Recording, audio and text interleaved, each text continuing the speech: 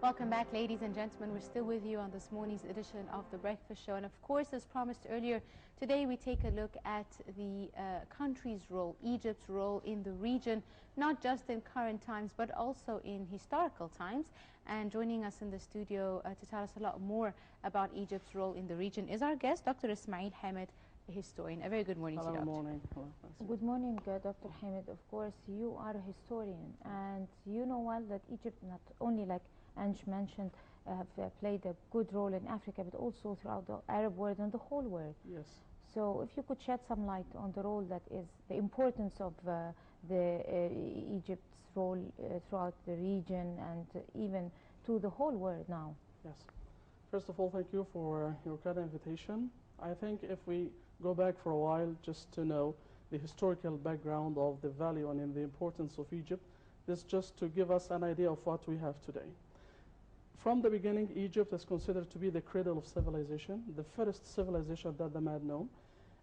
Also, Egypt gave the world and the other peoples lots of great achievements. The invention of the first writing, first alphabet, the paper, the medicine, invention of medicine and surgery, invention of architecture, invention of pyramids, lots of great things. Egypt also had the first world empire in the world during the 16th century till the 13th century. 3 centuries Egypt was a great empire that was giving lots of things for the other people.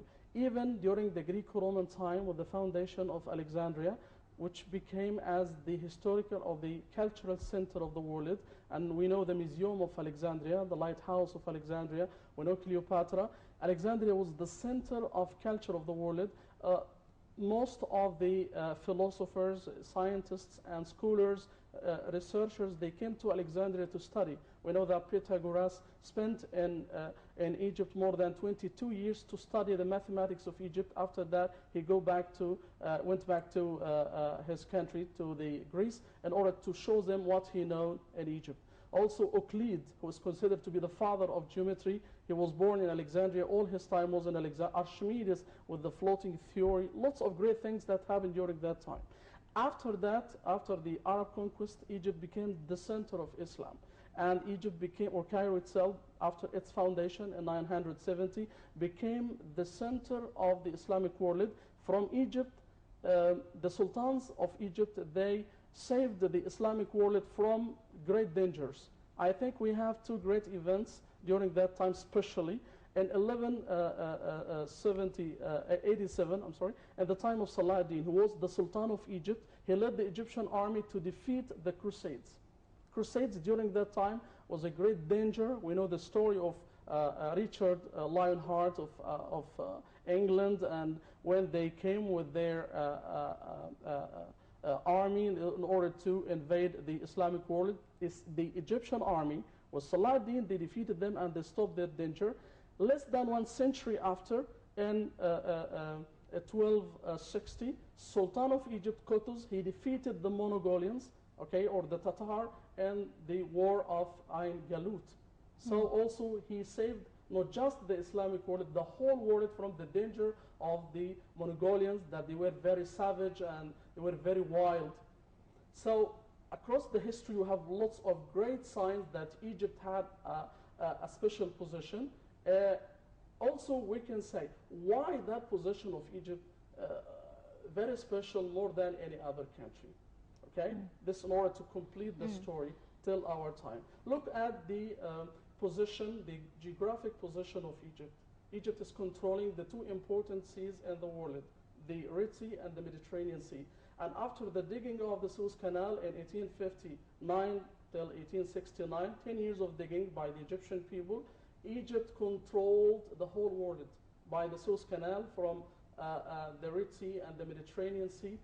So this is a very strategic position of Egypt. So all the great powers of that time, they looked at Egypt and how to control Egypt in order to control the whole world at the same time. Indeed. Doctor, let's also talk about the role of Egypt, not just in the region, but also in Africa. Yes. Egypt has always had a very historical and important role in Africa, and it continues to have this kind of role. Tell us a little bit more. Egypt, it has also a special position on the same time. a part of Egypt in Asia, which is Sinai. It's an Asiatic part, not African. And the rest of Egypt on the west of the Suez Gulf and the Red Sea, this African part of Egypt, which is nearly 94% of the land of Egypt. So Egypt is divided between two continents, and it does not happen just with different countries like Turkey, a small part in Europe and the big part in Asia, Russia on the same time. So just these three countries that they are in two different continents. And because of the majority of the part of Egypt or the land of Egypt in Africa, so Egypt had a leading role in Africa, especially after the revolution of July 1952. Nasser was the president of Egypt. He had a very wide vision on how to help the African country to give them the independence. So after the revolution of Egypt, Egypt gave all the support to the African countries and also the Arab countries in order to be freed and to be independent from the imperialism or the occupation. Look, for example, for Algeria. Algeria was occupied by France in 1830 till 1964. So more than 100 years of a very savage occupation. France considered Algeria as a French territory. So Egypt gave Algeria all kind of support, military support, financial support, in order to resist the occupation. And on the other side, France became so angry of Egypt because of that support of the revolution there.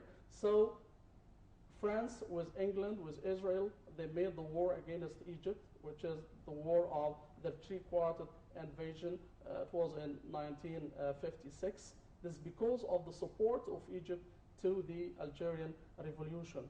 And even with this, also Egypt continued that till the independence of Algeria, the same also to Tunisia, the same to Morocco, the same to the other countries. Till the year 1960, most of the African countries, they became independent. This because of the Egyptian role. Also, Egypt had a leading role in order to found an organization between the whole African countries, which is the African Union in 1964. Before that, nearly 20 years, Egypt also had a leading role in order to found another organization between the whole Arab countries, which is the Arab League in 1945. And in Alexandria, the year before, 1944, it was the preparatory conference, this for the declaration of the new organization. And thanks to the role of Egypt, all the Arab countries, they made the Secretary General of the Arab League should be an Egyptian. This was just an exception after the peace agreement with Israel that they transferred the residence of the Arab League from Egypt. But all of these countries, they appreciate the role of Egypt in the modern time.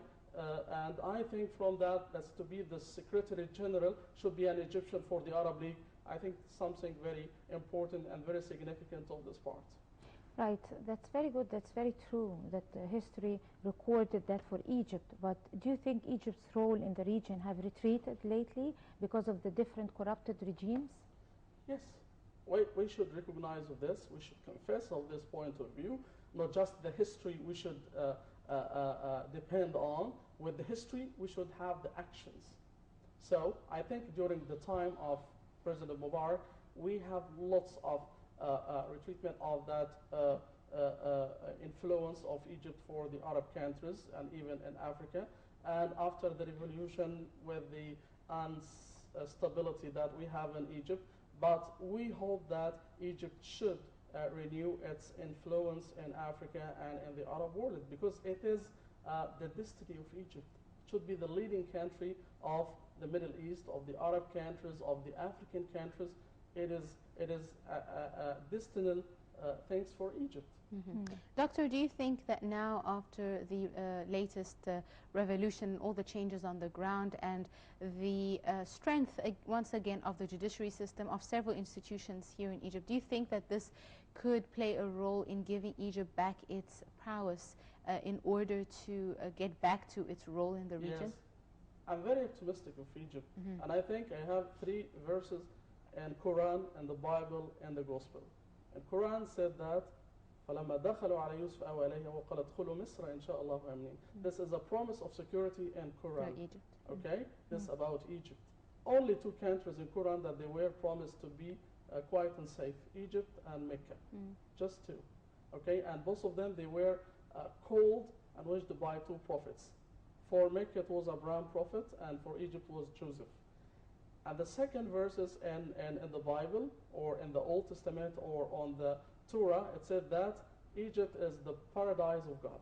It is mentioned like that in the book of Genesis, paradise of God. In the Gospel, it said that Mubarak Sha'bi Misr. It is said that not the President Mubarak, but it means that Blessed. the people of Egypt may be pleased by the God. So this is a blessing of Egypt. It is a promise of safety, of security, and also in Quran, even Pharaoh, he said that وَنَادَى فِرْعَوْنُ فِي قَوْمِهِ قَالَ أَلَيْسَ لِي مُلْكُ مِصْرَ. Only one country which is related with the mulk, with the kingship, with the power, just Egypt. So it is the destiny of Egypt. As we said, that cradle of civilization, the land of prophets, the land of holy books. The first holy book was revealed in Egypt. The land of religion, the first religion, which is the religion of Moses, was created in Egypt. So we should be optimistic about Egypt. We should not be afraid of all that happens. It is just sedition for a short time, but after that Egypt will have its leading role in the whole world, not just in Africa or in the Arab world. Yeah, because of that importance that, or the many facts that you've mentioned right now, do you think that we are having an issue with the West, that it has many interests here in Egypt in particular, and it's trying to kill all our potentials by trying to divide the region and everything? Do you think this is the reason, and what are we supposed to do in order to be able to stand up to all those threats? This is because of the value of Egypt. There are lots of Western interests in Egypt. So we can say that we have also Western intervention. This is because of the unstable situation that we have. If we have a complete unity between the whole peoples and the different groups of Egypt, so we can resist the other countries or the other powers.